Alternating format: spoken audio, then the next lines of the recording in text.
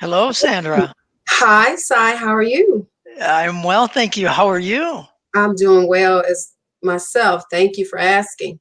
Wonderful. So I want to welcome our audience, whether you're here with us live or listening to this. We had the opportunity to really engage a number of authors for the Power Moms 3.0 a couple weeks back. And today we have Sandra who's back with us, who's really here to talk about the power of forgiveness. So welcome to the community. Welcome to Sandra. Thank you. It's so wonderful to have you. It's absolutely wonderful to have you. And I'm going to jump right in because I want to respect your time all around, Sandra. So I hope you don't mind just me diving right into your wisdom here. I do not mind at all. Go take it away, Sai. Beautiful, beautiful. So you've written a magnificent book, and I want to say magnificent. What hit me as I read it, and then I'll let you kind of really give us your perspective respectfully, is in this time of adversity, how do we deal with adversity? How do we really engage in the healing process as individuals and as collectives? Very, very critical, and restore what we can and really become overcomers ultimately. Broad picture, broad background. What immediately comes to your mind as why you wrote this and what's the message to the world, Sandra? Well, the reason why I wrote it is because I was led by God to write it to share my story of triumph, if you will. I went through the valley. I lived through unforgiveness. I know what it feels like to be in that dark place of bitterness, resentment, and despair, and also to release forgiveness in my heart and then to overcome and know the power that it gives you once you let go of the hurt and pain of your past side. So I wanted to be obedient to the calling, if you will, that was given to me to write the book so that I can help bring awareness to others on the power of forgiveness. And once you get a hold, if you will, or get the tools necessary to receive your healing, then you too can process your emotions, manage your pain, and be overcomer as well. Beautiful. And Sandra, one of the key statements that you make amongst many in the beginning of the book, you say, and I read it here, when it's all said and done, I want you to ask yourself, am I a victim or am I a victor? It's such a pointed question as you ask the reader, Sandra. Well, the reason that question came about, Sai, is because a lot of times when we're in a place of woundedness, and sometimes when we're in that place, we're truly blind to our own issues. At least I can speak from my own experience. I literally was blind to the issues that I had, and I literally had buried uh, things that had happened to me in my times past, and I brought those issues into my marriage. And it wasn't until my marriage was on rocky grounds and about to hit rock bottom and almost led to divorce that I began to take a hold of, if you will, and search the awareness of self-reflection and going on my road to healing and taking different small group classes and even receiving one-on-one and counseling, couples counseling.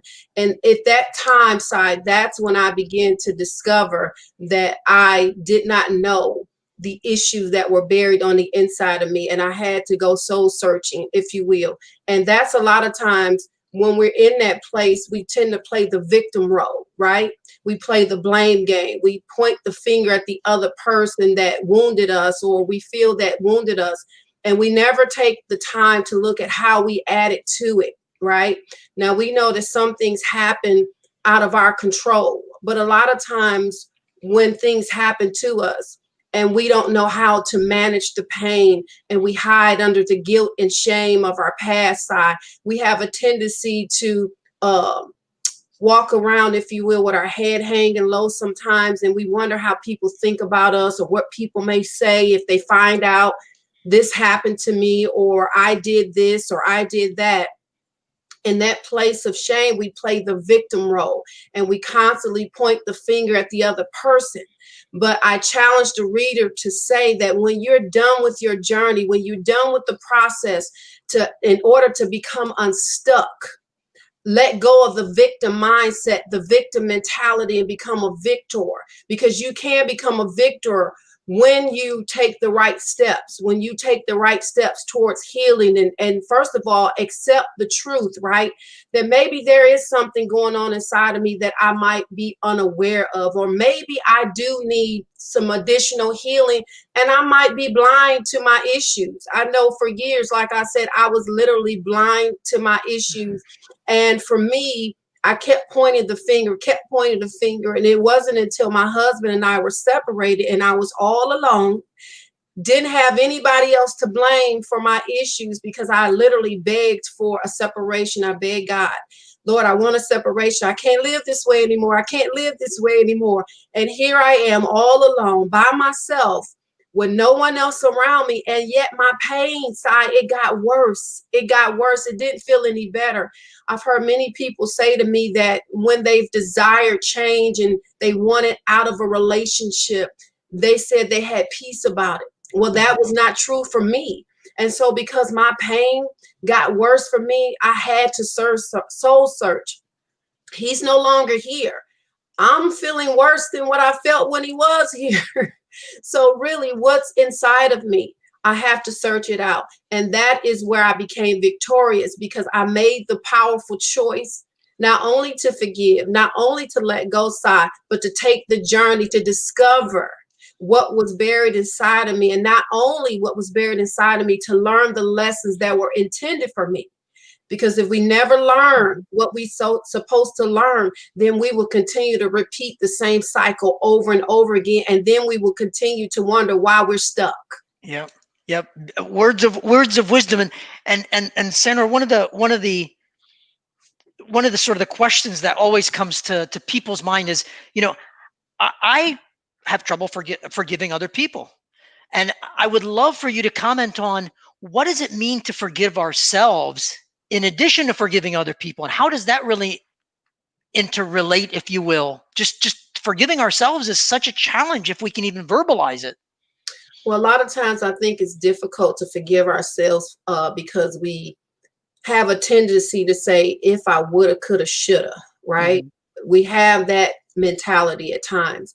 And then a lot of times it's difficult to forgive ourselves too, is when we don't really understand why we ended up where we ended up. How did I get down this dark path? And even when we have an inclination of it, when we're not ready to face truth side, that keeps us stuck, not only forgiving others, but mainly forgiving ourselves. And a lot of times we blame ourselves even when it wasn't our fault. Yeah, remember I said that sometimes our choices does end us or land us in a place that we later regret. But sometimes it happens to us at a very young age, right? As children, what we got when we were raised or what we didn't get, the parenting style, right? Sometimes our parents only do what they know how to do, what has been passed down from generation to generation. So a lot of our wounds start at the very core when we're young, that age where we're like sponges and we take in everything, right? And that is at that young age, that's when we begin to experience sometimes even pain and not even aware. It's not until later in life that we begin to, if we get the opportunity and if we make the powerful choice to take this road to healing, that's when we can begin to unpack the shame. That's when we can begin to unpack the wounds of our past and begin to let go. When we have an understanding, the best book in the world for me is the Word of God, right? And it says, in all thy getting, get understanding. And it's only when we get an understanding, I believe, Sai, that we can truly begin to not only forgive ourselves, but others. But when we don't understand, we constantly live and relive the pain over and over again because of our mindset, because of our thinking. And a lot of times when we're in that place of unforgiveness, we're not thinking about forgiveness. Mm-hmm. We're not thinking about, can I really forgive and let go of this atrocity or this thing that happened to me? Can I let it go? Because you hear many people on interviews when tragedies and things that have happened to them, they'll say, I can't forgive that. That's too painful for me. I'll never forgive that person. Not realizing that they become prisoners, right? Not realizing that we hold ourselves captives. And then we allow the poison to fester on the inside of us. In the book, I call those side effects of unforgiveness, right? Mm-hmm. And the reason why they're side effects because they're silent, because we don't even realize that we're carrying all this woundedness if we never get to that place of discovery, if you will, if we never been exposed or never take the opportunity, like I said, to just walk that path of healing, we'll never discover. And then it would be even more difficult, side, I believe, to not only forgive yourself, but to let go of the hurt and pain, because sometimes we don't even know the hurt and pain that we're carrying around until we end up in a situation like mine, where things were exposed in my marriage that caused my husband and I to be separated for a 15-month period. And that separation was so necessary for both of us. We discovered later that because of that separation, he had time to work on his issues. I had time to work on my issues. But together we were so toxic at that time because neither one of us was aware of the baggage that we had brought into the relationship. And so when we're blind, like I said, to those issues or that baggage that we bring from childhood, from past broken relationship when things didn't work out. And so we decided that we'll leave that relationship and I'll just go to the next relationship. But if we never get healing, all we're doing is putting a Band-Aid sign over our wounds, and we're taking those same issues from relationship to relationship. And guess what, Sai? We are the common denominator, right? We don't look at that. That's why it's difficult for people to receive healing, because again, they tend to look at the individuals around them rather than take a deep dive and look at the man or the woman in the mirror. Beautifully said. And Sandra, you've heightened awareness to a few key words that I just want to put on the table, if you will, and really kind of point out, if you will, very, very specifically. We're wounded. We have pain. We're hurt. We have shame. We feel guilt, right? All these things. And then we need to forgive, and its association to freedom. And the anchor that pulls so much of this together, and I know you talk about this in great depths in The Healthier You, when you talk about the healthier, is choice. The power of choice. How do you help people, Sandra, break through to recognize there is power in choice and remind them that they do have a choice? Okay, so to answer that question, because that is a loaded question, right? In terms of choice, right? Because a lot of times people don't think about the choices they make and the consequences that are associated with choice, right?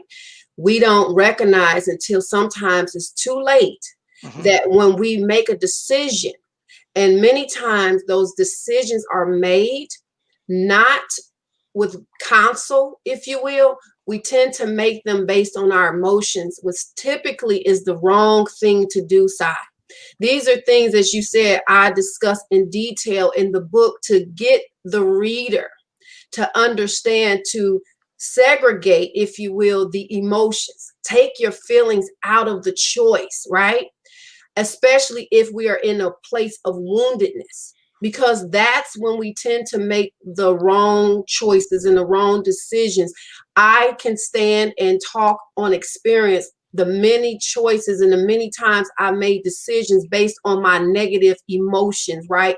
That led me even down a darker path that was worse than where I was previously, that kept me in a cycle, if you will, because I was basing them based on how I felt. We can't trust how we feel at times, right? And the reason why we have to make decisions based on information, right? It's an informed decision. I tell the reader, first and foremost, even when it comes to forgiveness, it's a powerful choice that has nothing to do with your emotions. And people say, what? Wait, what do you mean? It has nothing to do with my emotions.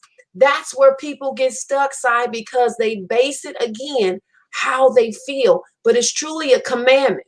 If we look at, because we're people of faith, right? From a faith-based perspective, if we look at the word of God, it commands us to forgive. It says to forgive if we want to be forgiven. So that doesn't say, okay, if you don't feel good today about it, or if your emotions are tied in it, don't forgive. No, it commands us, and it even gives consequences that if we don't, this what can happen. Don't go to bed angry. Why? Because it gives a foothold to the enemy. What does that mean? That means he can control your negative emotions. He can control your thoughts. When I was in that place of woundedness, right?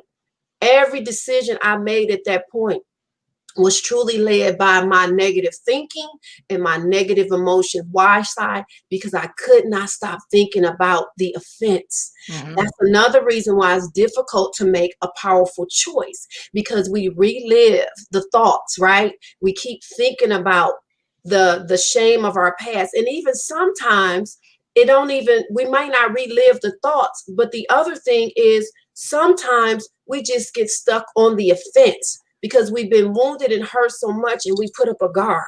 Mm-hmm. And when we put up a wall, and when we put up a guard, we think anybody, you say something that rubs me the wrong way, I might, be reactive, right? Mm-hmm. And again, that's tied to what our emotions, rather than processing what is being said, rather than saying, let me get an understanding. Perhaps that's that person's perception, right? When you understand who you are, and when you understand your purpose, then when people say things that may have a truth to it, how many times has it been said by a number of different people? So if it's been said more than once by a number of different people, for me personally, I'm led to examine that, right? But if it's perception, then I say, what is truth? What is perception? So choices have to do with dealing in truth or operating in truth. And many of us, it's difficult to operate in a place of truth if we're walking in what? Denial. Mm-hmm. Denial also is a self-defense mechanism, right? When we're not ready to face truth. And so we, again, tend to point fingers rather than take ownership for our behavior, or what could I have done differently, right? How could I have reacted differently? So the biggest thing I want people to walk away with is take away, or how can I say this? I want people to, first of all, get an understanding. Understand what it is that you're going through and what you're experiencing. Process your emotions, because one thing we do have to do is take hold of how we feel, because our feelings are real, right? The struggle is real. So I don't ever want to dehumanize anybody. I want people to own how they feel. What I don't want people to do is stay stuck inside, Mm-hmm. to stay stuck in that place of brokenness, to stay stuck in that place of woundedness, to search out and to seek out, what are the root causes? Why do I feel the way I feel? Why do I have this anger boiling deep down inside of me? And why do I react at the drop of a dime if someone says something or does something that rubs me the wrong way? And now you understand that I need to process my emotions. I need to learn the tools to manage my pain, but at the same time, in order for me to make powerful choices, I have to get to a place of what I call positive thinking, right?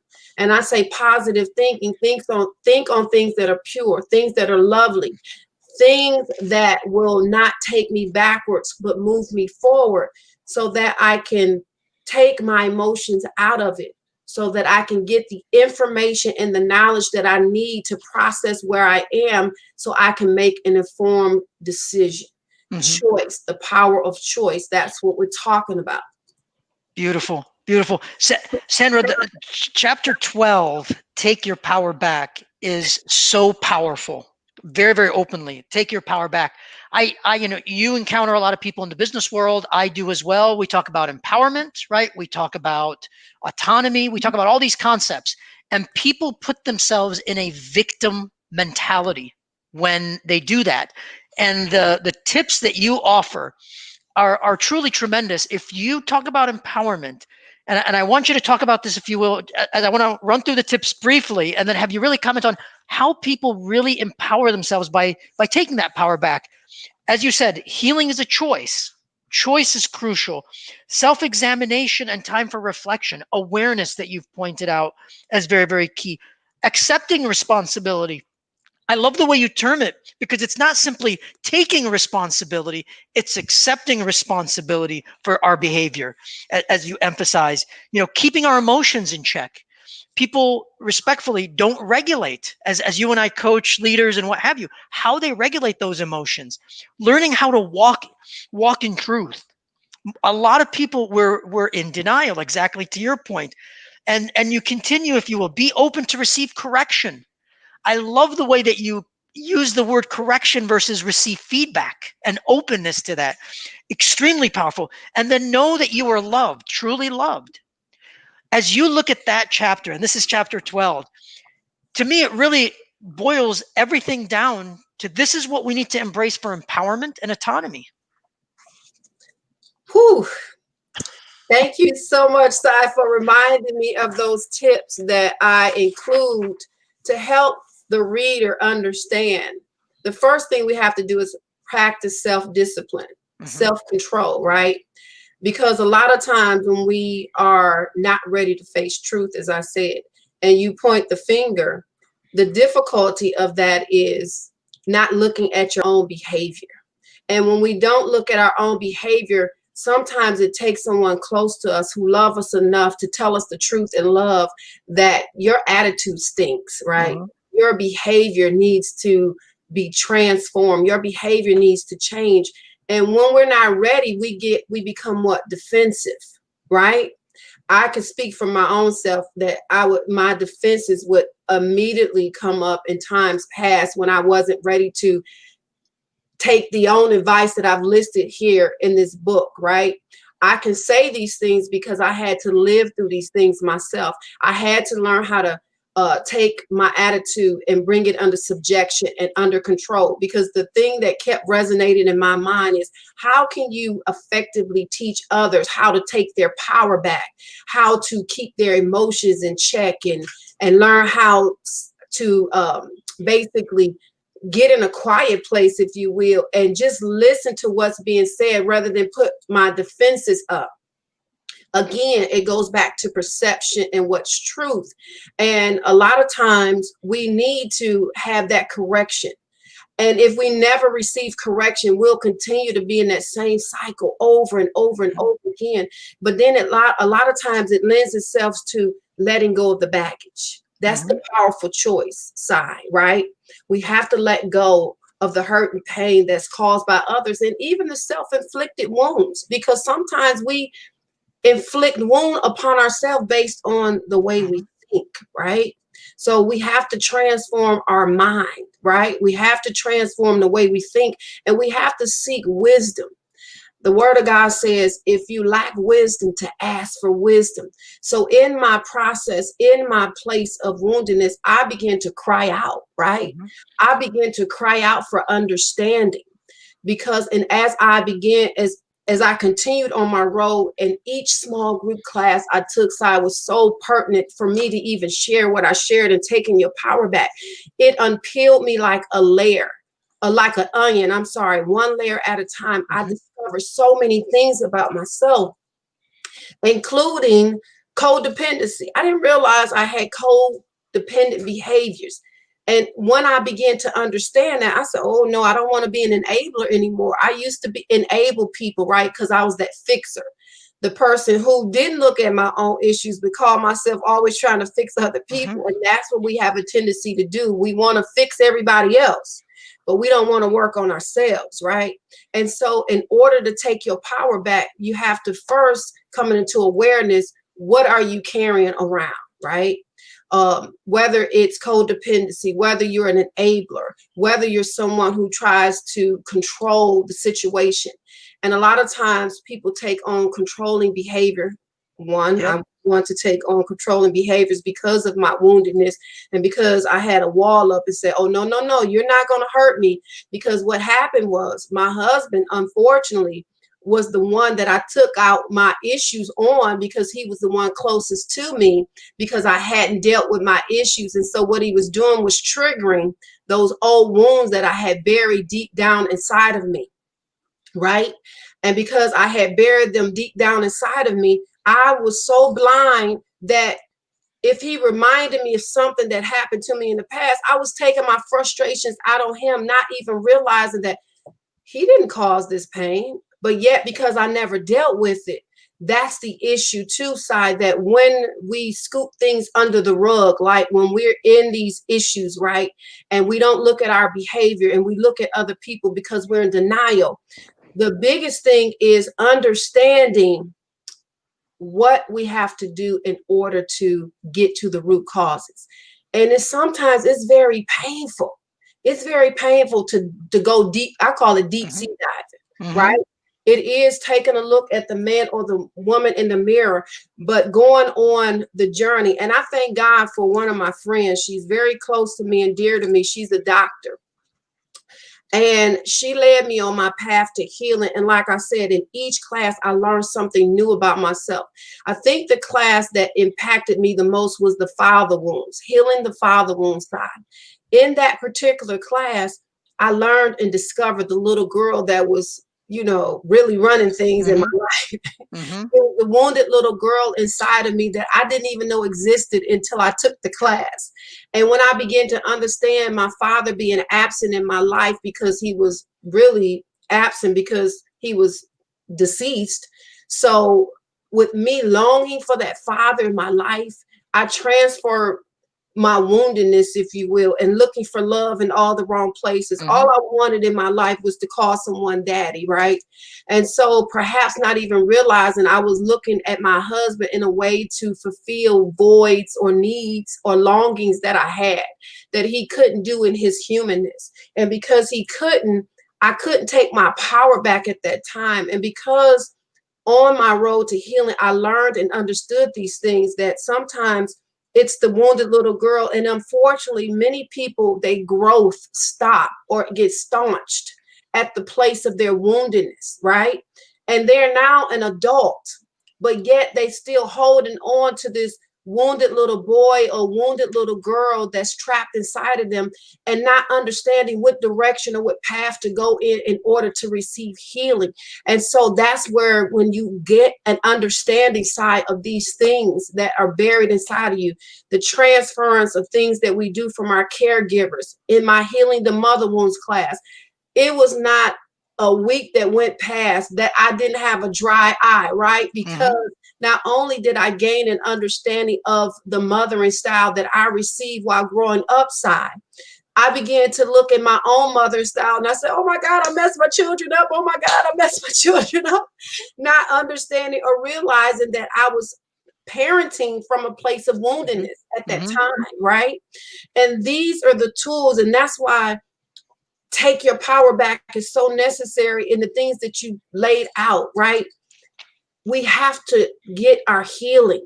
And when we get our healing, we get an understanding of why we behave the way we behaved in times past, or why we behave the way we behave now, and getting the tools necessary to understand our triggers, and getting the tools necessary to put those behaviors under subjection, if you will, and to process them from a place of healthiness instead of a place of woundedness.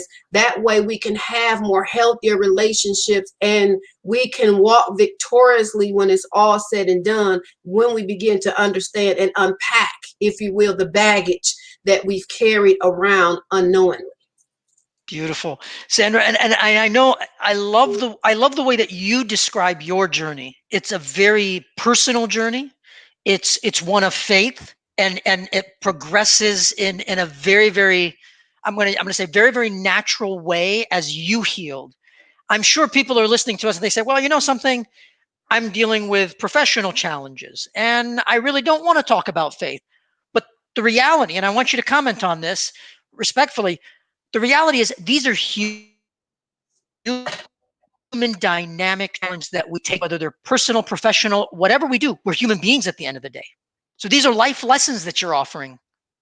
Yes. And What are your thoughts? so Yeah. from a professionalism standpoint, you're fooled to believe in thinking that your personal life or your personal issues do not spill over into the workplace. I have witnessed it. I have experienced it myself. I fell apart when when my marriage hit rock bottom, and I had to push and pull to go to work every day. And the difficulty for me, side, not only was I going through in my marriage, I had a difficult boss at the time, right? Mm-hmm. So again, when we're not aware of what we carry around from relationship to relationship, even in a leadership role, you tend to bleed on people, not even realizing in the workplace, when you're in that place of brokenness and when you're in that place of woundedness, sometimes, especially as a manager, right? And you have people under your leadership role. And this is one of the key things I've learned about being a leader and a manager in a workplace. You manage according to the individual, not this one style that, because everybody doesn't behave or everybody doesn't respond in the same way to certain things that you may dictate or things that you may ask a person to do in terms of their workload, right? And when you don't understand that a person is in a place of woundedness, you have to be sensitive. To me, we become all things to everybody, whatever role we play in. But if you're not aware of that, then you tend to treat everybody the same way, which you cause further woundedness, and you don't even realize it in the workplace. And that is the most difficult place, because as I have shared in times past, we tend to marry our jobs, right? When we have issues at home, another thing we try to do is escape from our issues at home in the workplace, right? Mm-hmm. And so sometimes we find ourselves sharing things that we have no business sharing in the workplace when we don't know how to properly channel what we're feeling on the inside. Or say one day you have just gotten into an argument at home and you're on your way to work. You're in a bad place. You're driving. You get to work, and then your boss has had a bad day. Then you collide, and it's not a good collision at that point, right? And then you find yourself, even if your work has diminished somewhat when you're wounded, right? And all you could do is think about, your hurt and your pain. You do enough to get by, but sometimes even what you do is not enough to satisfy the person that you're working for, right? And because they're not sensitive to your issues and they're not sensitive what's going on in your home life, they're saying, Sandra, or whoever it is, your work is not the same as it was. And so, can you explain this? And then if you don't feel comfortable sharing your personal or private information in a workplace, right, then that further causes distension or separation, if you will. Then you have some who can mask their pain so well, because they're in a place of denial, and they mask it so well, they bury themselves deep on the inside of their work, that they become so what's the word I want to use? Focus on what they're doing, that they still don't deal with their issues and pain, and which still causes more disruption when you get home, because what? You're focused more on your work, trying to escape reality, even if for a brief moment, right? Yep. If you never deal with this side, guess what? It's going to explode. And it's going to explode at a place where you never least expected it. And that is why it's still important, even in the workplace, to get a hold of your emotions, understand how you feel, process those emotions, and take the necessary steps so that you can be a more well-rounded individual, not only in the workplace, but also at home. Very elegantly said. And you touched upon so many, again, aspects, from awareness to, and we'll generally say it in the workplace, right? Emotional intelligence, EQ. We talk about it all the time in the workplace. And one of the key things that you honed in on very specifically, I'll say at this point, I'd love your thoughts on this. If we look around, whether it's personal, professional, you can't separate the two. There's a lot of escapism, whether we throw ourselves into work, right? Whether we throw ourselves into hobbies, whether we throw ourselves into drugs or alcohol or something else. there's a lot of escapism, and 2020 is adding even more pressure to that. Yes. What wisdom can you offer us, my good friend, about how we can recognize our escapist tendencies and begin to really confront them and gain the courage to pierce through that escapism? I'm going to address that by saying grief recovery, right? Because the escapism, if you will, or those things that we do to anesthetize our pain, we call those short-term energy relieving behaviors. And that's a terminology used in grief recovery, right? Because we have a tendency to, if for me, I'll speak from personal experience in times past, one of the things I did until I began to understand the tools and the techniques to help me process my hurt and pain, I used to shop a lot, right? Mm-hmm.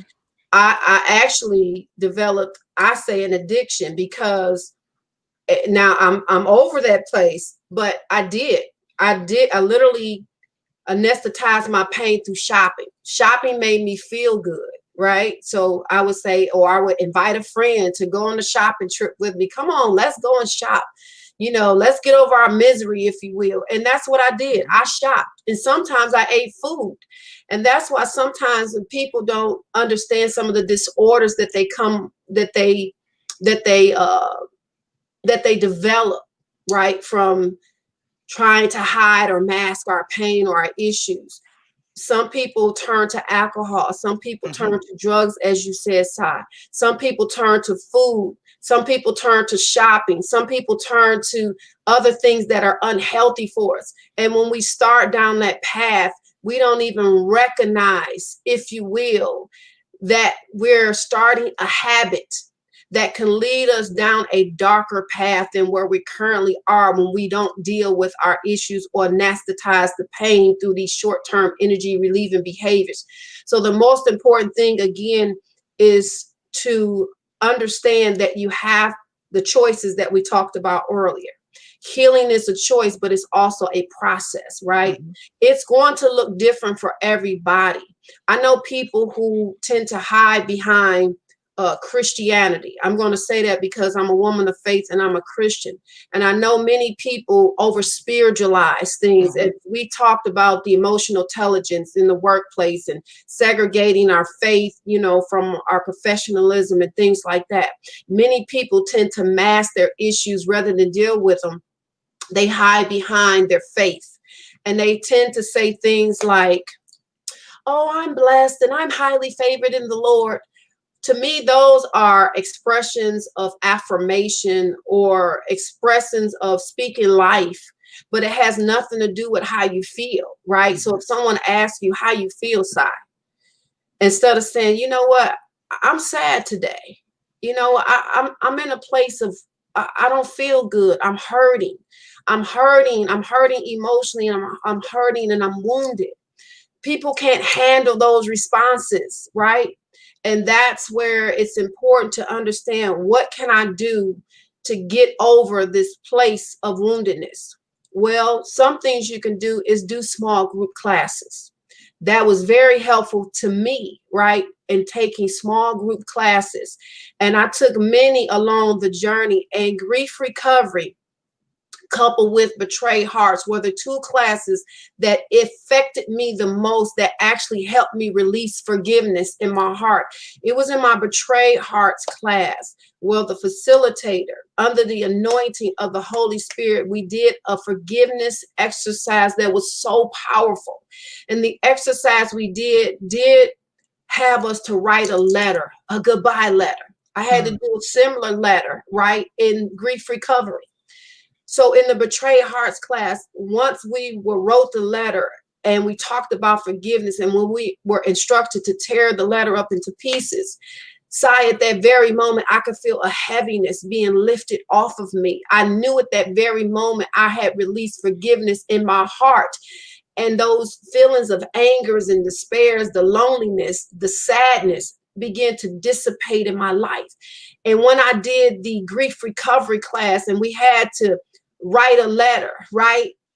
And when we talked about the dawn of the conscious memory, Mm-hmm. What that does is, in the relationship graph, it causes you to dig and to go deep. It has a time graph. What happens at this time? What happened at this point in time in your life? What happened at this point in time in your life? And it wasn't until I did that exercise that I began to see that not only my husband wounded me, side, that I wounded him. Mm-hmm. Before then, I was so blind. And so doing the work is so necessary. I know and understand that some people are not ready to face truth because it does require pain. In Mm-hmm. order to receive healing, you're going to go through a level of pain. Why? Because you're beginning to process one issue at a time. That place of woundedness, what caused it? When you begin to understand the root cause, then I can pluck it up, right? Because remember, I said many people deal at the surface. They deal with issues on the surface level. So all they're doing is putting band-aids over their wounds. But it's not until you pluck it up from the root. You got to, just like grass, when you don't deal with the wheat or the weeds that grow up, if you don't pluck the weeds up from the root side, then what happens? That those weeds grow again year after year, over and over again. So we have to pluck up our issues from the root. We have to understand what caused the pain. This person who I am in entanglement with now, who I believe is the root cause of my issue, is only a symptom, if you will. It's only a person who pressured me and pushed a button to release or bring to the surface, if you will, pain that you might have buried deep on the inside. And so until you pluck it up, you'll repeat that cycle over and over and over again. And because you don't want to do that, that's those steps that you talked about, that you read off in my chapter of Take Your Power Back. Mm-hmm. That's when you can take your power back, when you have gained an understanding, when you have done a level of work to receive healing, and you have gotten to the root causes of your issues, and you're learning how to pluck it up from the root so that you don't repeat that same cycle again. And on top of that side, we have to have maintenance, Mm-hmm. right? Relationship, just like a car don't run continuously without gas or without what? Proper maintenance. So even after you've received a level of healing, guess what? You have to keep working on your issues so that you don't fall back into that same trap that you just came up out of, right? Yep. Yep. And Sandra, one of the things I'm sure you observe as I do, a lot of people, if you will, they get into a relationship, work, professional or personal, and they don't work at it. And then it goes astray. And when it goes astray, they say, "Well, I don't know what happened," and they embrace that victim mentality again, rather than truly focusing on that maintenance and the restoration chapter and the conversation that you have in the book is tremendous, because it talks about, and I want to throw a few things out again and have you comment on reconciliation. It talks about rebuilding trust, about understanding our roles, about building a healthy relationship, whether it's professional or personal. What does that look like? And then the maintenance aspect of it. And some people just give up. Yes. So restoration for me, I'm not going to even paint a rosy picture to say that it was easy, but I'm so grateful that I made the choice, the powerful choice, one, to forgive, the choice to receive healing, and then the choice to reconcile my marriage, right? It changed the very course of my life and my husband's life. And reconciliation is going to look different side for different individuals depending on your circumstance or your situation. And for us, because trust had been broken in our marriage, we had to, one, learn what does that look like? What does trust look like, right? So in some of my small group class, they were teaching us, look at the behavior. Listen to the words, right? Because a person, if they're very charismatic, right? And if they're so smooth on their feet, and if you're a person who's still looking for affirmation, or you struggle with low self-esteem, as I once had in times past, you will tend to listen to the words rather than look at the behavior, right? So one way to rebuild trust is to, one, put boundaries in place. You have to have boundaries. You have to set not just boundaries, but healthy boundaries, and enforce those boundary sides. So I talk about boundaries throughout the book, right? I had to learn how to establish healthy boundaries. And what did that look like? Because when you've been betrayed or you've been wounded by someone, that person, in order for you to rebuild trust, you have to feel safe with them again. It's not going to happen overnight. It's a process, right? And guess what? Trust has to be equally done on both ends, because trust has been betrayed. When trust has been betrayed in a marriage, period, it takes two to tango, right? Mhm. To get into the heated fellowships. And the struggle with restoration is when we don't fight fair, is when we hit below the belt. And so my husband and I had to learn how to not hit below the belt, right? So one of the ways we had to establish trust, we went to counseling. We went to counseling for 2.5 years, right? Or at least 2 years after we reconciled, because we both, like I said, had brought baggage into the relationship. And so one of the things in rebuilding trust is knowing that I can be vulnerable with you, knowing that I can be vulnerable with you and not have my issues or the things that I disclose to you shared with other people and thrown back up in my face. Mhm. A lot of times when we're still in that place of woundedness, if we share prematurely or share with the wrong individuals, they will basically spew back up that which you share. And then what it does is shut down trust again, right? So it's so important that when we're rebuilding trust, that I can feel safe with you again. That place of accountability, that place of safety. And accountability is key, right? Being able to, because when we have relationship challenges, whether it's in the workplace or whether it's at home side, we have to have somebody that we can confide in, right? To process our emotions and how we feel so that we don't overreact. And so for me, I had to learn that the hard way. So once I reconciled in my marriage, I asked my husband, he gave me permission who I could share with, who I could open up to, who was safe, that he trusted to be Mhm. safe as well. Because in one of my chapters, chapter 11, close the door, I had to learn the hard way to stop sharing, because when I was wounded side, I would bleed on anybody who gave me a listening Mhm. ear. That's how unhealthy I was, right? And sometimes, who wants to walk in on a conversation that whether it's at work, whether you have an issue with your boss, an issue with a family member, an issue with a coworker, who wants to walk in on someone talking about them? Do you know how degrading that will make you feel? And Mhm. so it's important that you, one, be aware of your surroundings, right? Even if you're confiding in a person. And that's why sometimes the safest place is a counselor, right? Or a coach, someone who you're confiding in, someone who's helping you walk through your challenges and issues and giving you a better revelation and understanding. And so the other thing is not only feeling safe, the accountability, because I have people talk to me at work. I have been a safety net, a confidant to people that I know. Confidentiality is so key, even in restoration, right?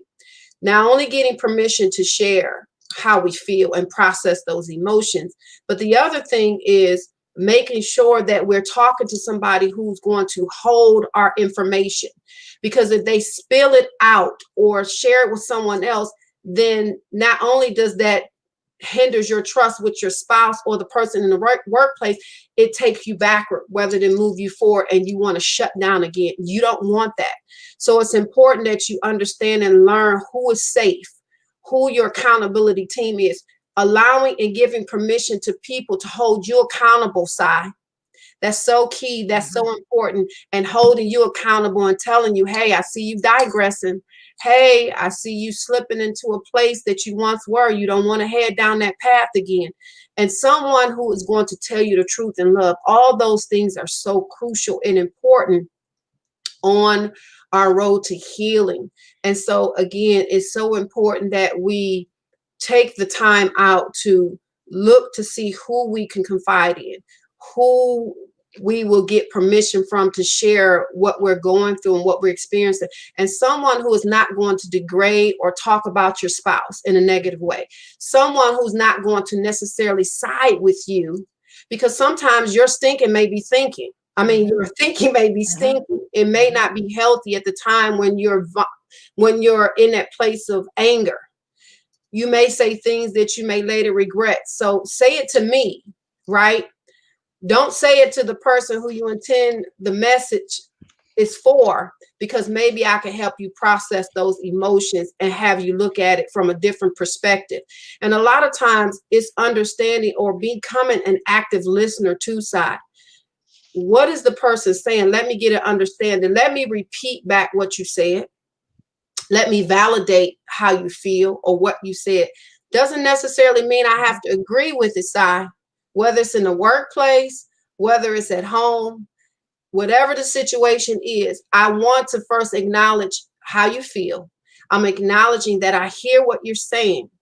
And then I'm going to process it and see how I can change the situation. But if I'm coaching you through it, I'm going to apply the same principles and help the person who's in that place, who feel the way they feel. Own how you feel. Now let's process why you feel the way you feel.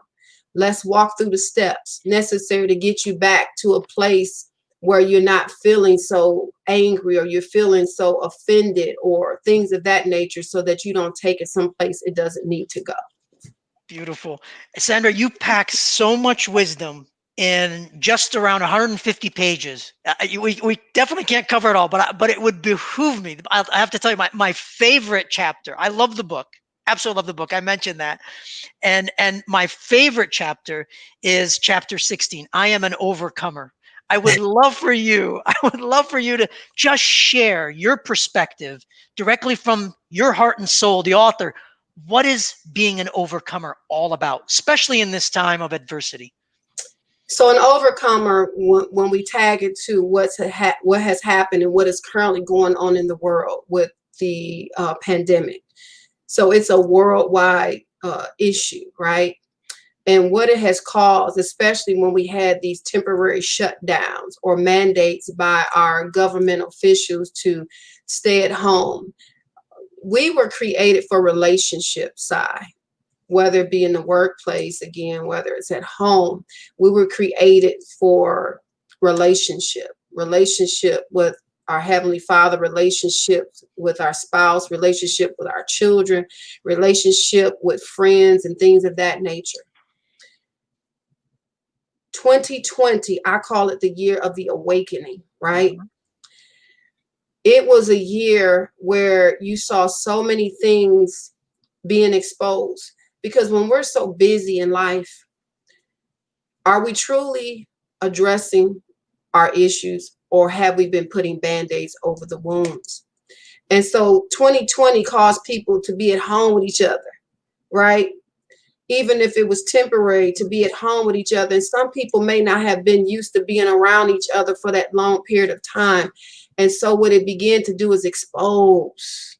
This was a year of exposure, exposing so many issues and weaknesses that people had.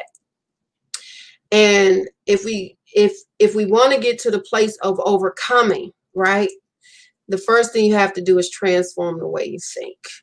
That's the biggest thing, in transforming how you look at situations. Many people got stuck this year because they were in a panic mode. For me, because I'm a woman of faith, I looked and prayed, okay, God, what are you saying in this situation? What are you trying to get to us? Because to me, a lot of times when we're in the thick of a trial and the tribulations, it's allowed, and from my personal perspective, to bring awareness, greater awareness of what may be going on around us in the world, what may be going around us in our own household, what may be going around us in our workplace, and different things of that nature. And the biggest thing I'm going to say is, when you desire to be an overcomer, you have to learn how to think differently. Mhm. You have to transform your mind to process what's happening, why is it happening, and what lesson do I need to learn from this situation? What do I need to do to better myself, to better my situation? Because the whole part of overcoming is learning how to let go. Learning how to let go of your past hurt and pain. the baggage, wearing the mask. Stop wearing the mask. Be authentic. Be your authentic self. A lot of times when we enter into relationship side, we don't even know we're getting an authentic you, Mm-hmm. right? When we meet someone, what do we tend to do? We tend to put our best foot forward. So am I getting the real you, or am I getting the dressed up you, right? Because a lot of times we don't want people to discover things about ourselves, even when we're not ready to discover those things about ourselves. So it's being authentic side. It's operating in true side. To be an overcomer, you got to learn how to let go. You got to learn how to think differently, transform your mindset. You have to begin to have compassion, right? Do away with the offended mindset. And for me, because I'm a woman of faith, is always looking first to God and praying and asking him, what is it that you're trying to communicate to me? What is it that you're trying to teach me? Because they're truly designed to help shape who we are as individuals. It's truly designed, the trials and the tribulations, or I call it the wilderness experience, is truly designed to help us become that who he has created us to become, and to walk out the purpose that he is predestined and ordained for us even before the foundation of the world. And so for me, overcoming meant I had to let go of the hurt and pain. I had to forgive. I had to make the powerful choice to forgive. I had to make the powerful choice to heal. And I had to begin to say, okay, now I understand what you created me for. Now I have an awareness of my purpose, and my calling is to help bring an awareness to other individuals, and more importantly, to help them on their road in their journey to healing. I have been gifted by God to heal, to help heal people. That's not always an easy thing to do, because you have to have compassion. You have to show love even when people are unlovable side. Mm-hmm. Mm-hmm. And you have to, listen to their heart, listen to their pain, be that heart with ears, and let them know that they're not alone, that there is hope, right? And if I was able to overcome my issues in life, you too can be an overcomer.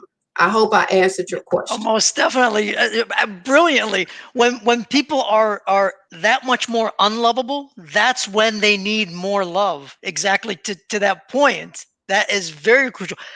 Sandra, I want to, I definitely, there is so much wisdom that you have offered us all the way. And I kind of look at it from, just summarizing it, from awareness, that's core, to the choices that we make, to the truths that we embrace, and ultimately to becoming overcomers. And I know how much energy you've put into the work that you do and continue to do. And definitely, I encourage people to read the book, reach out to you, and by all means, I really, really want to say thank you for your time, Sandra. Thank you, Sai, for this opportunity. I greatly appreciate it. The pleasure is ours, my friend. Thank you, and I'm up. I'm really, really optimistic. We'll do more together where people really can tap into your wisdom. Thank you so much. And Thank thank you so all much. of you who joined the podcast. Super excited. Hope that you took away some tools if you didn't already have some, and to learn the powerful choice of forgiveness, because it is truly life changing. Thank you so much, Sandra. And thank you to everyone who's joined us. I can assure you that I will be reaching out more to Sandra, and we'll have her voice much more into the conversation than not. So thank you all, and thank you, Sandra. Thank you. Take care now. You too.